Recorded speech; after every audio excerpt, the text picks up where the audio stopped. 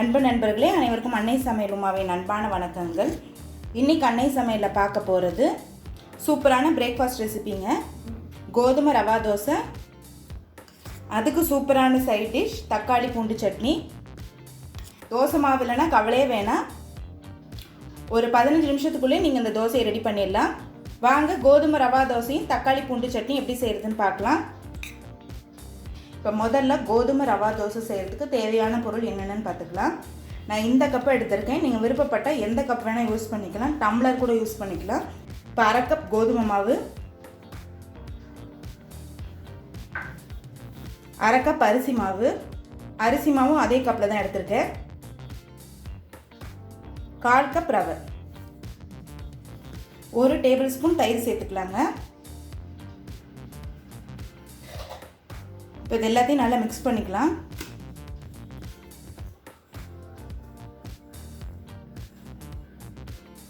தயிர் சேர்க்கறதுனால தோசை நல்லா கிறிஸ்பியாக வருங்க.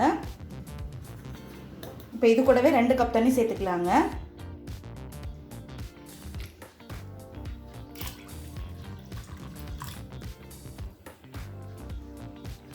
நல்லா கட்டி இல்லாமல் மிக்ஸ் பண்ணிக்கோங்க.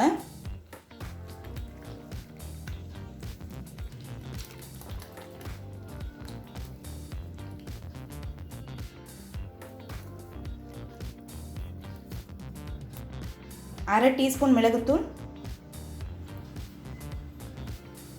1/2 டீஸ்பூன் சீரகத்தூள். இது குழந்தைங்க சாப்பிட்றதுக்காக நான் அப்படி தூளாக அரைச்சி போடுறேன். நீங்கள் விருப்பப்பட்டால் முழு மிளகு முழு சீரகத்தையும் கூட போட்டுக்கலாம். 1/2 டீஸ்பூன் மிளகாய்த்தூள், பொடியாக நறுக்கின இஞ்சி, தேவையான அளவு உப்பு, கொஞ்சம் கருவேப்பிலை. எல்லாத்தையும் நல்லா மிக்ஸ் பண்ணிக்கலாங்க.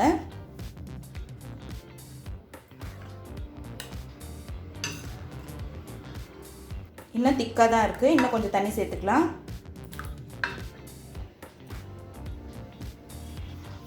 அரை கப் தண்ணி சேர்த்துக்கலாங்க.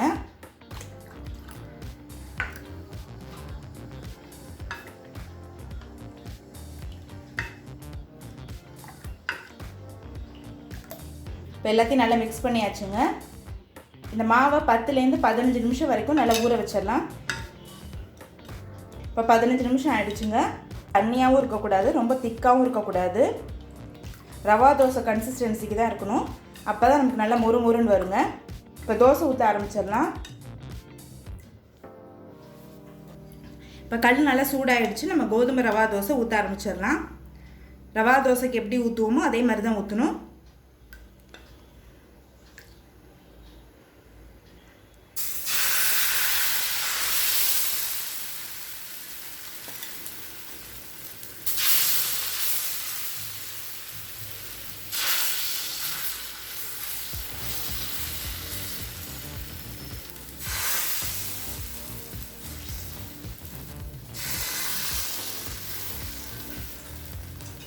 இப்போ எண்ணெய் சேர்த்துக்கலாங்க.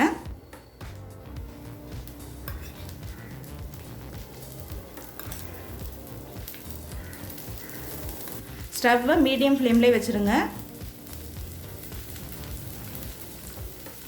இப்போ தோசை ஒரு சைடு வெந்துருச்சு, திருப்பி போட்டுக்கலாம்.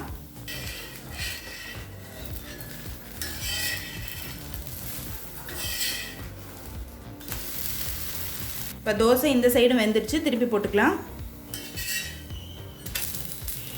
உங்களுக்கு பார்க்கும்போதே தெரியும் தோசை எவ்வளோ கிறிஸ்பியாக இருக்குன்னு. இப்போ கோதுமை ரவா தோசை ரெடி ஆகிடுச்சுங்க. சர்வ் பண்ணிடலாம்.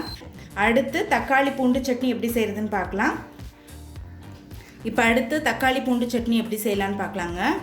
கடாயில் தேவையான அளவு எண்ணெய். முதல்ல 8 காஞ்ச மிளகாய் சேர்த்துக்கலாம். நான் 8 காஞ்ச மிளகாய் சேர்க்குறேன். நீங்கள் விருப்பப்பட்டீங்கன்னா கொஞ்சம் கம்மியாக கூட போட்டுக்கோங்க.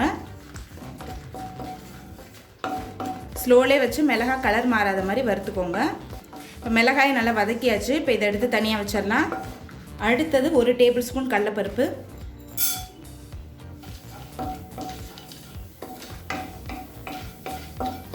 கடலைப்பருப்பை நல்லா கலர் மாறுற வரைக்கும் வறுத்துக்கோங்க.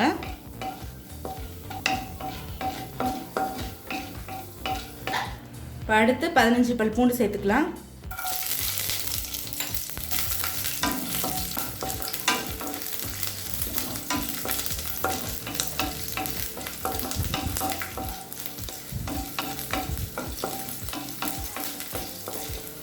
பூண்டை நல்லா பச்சை வாசனை போக வதக்கிக்கோங்க.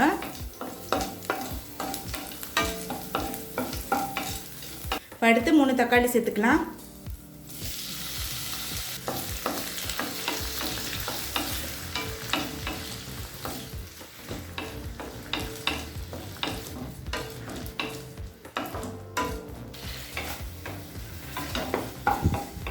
இப்போ தக்காளி நல்லா வதங்கிடுச்சு.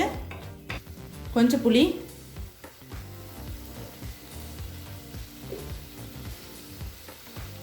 தேவையான அளவு உப்பு.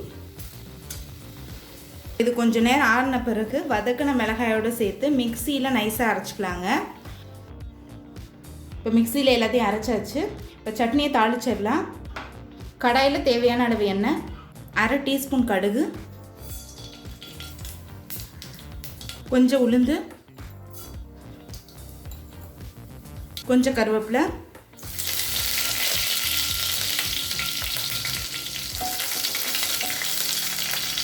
இப்போ நம்ம மிக்சியில் அரைச்சி வச்சுருக்கதை இதில் சேர்த்துக்கலாங்க.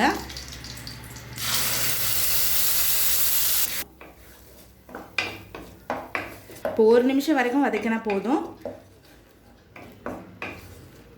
இப்போ 1 நிமிஷம் வரைக்கும் நல்லா வதக்கியாச்சு. இப்போ தக்காளி பூண்டு சட்னி ரெடி ஆகிடுச்சுங்க. கோதுமை ரவா தோசை கூட சர்வ் பண்ணிடலாம். இப்போ சுவையான கோதுமை ரவா தோசை ரெடி ஆகிடுச்சுங்க. அதுக்கு சூப்பரான சைட் டிஷ் தக்காளி பூண்டு சட்னி ரெடி ஆகிடுச்சு. ரெசிபியை ட்ரை பண்ணி பாருங்கள், கண்டிப்பாக உங்களுக்கே பிடிக்கும். ரெசிபி பிடிச்சிருந்ததுன்னா வீடியோவை லைக் பண்ணுங்கள், கமெண்ட் பண்ணுங்கள், ஷேர் பண்ணுங்கள். இது வரைக்கும் அன்னை சமையல் சேனலை சப்ஸ்கிரைப் பண்ணலன்னா சப்ஸ்கிரைப் பண்ணுங்கள். தேங்க்யூ.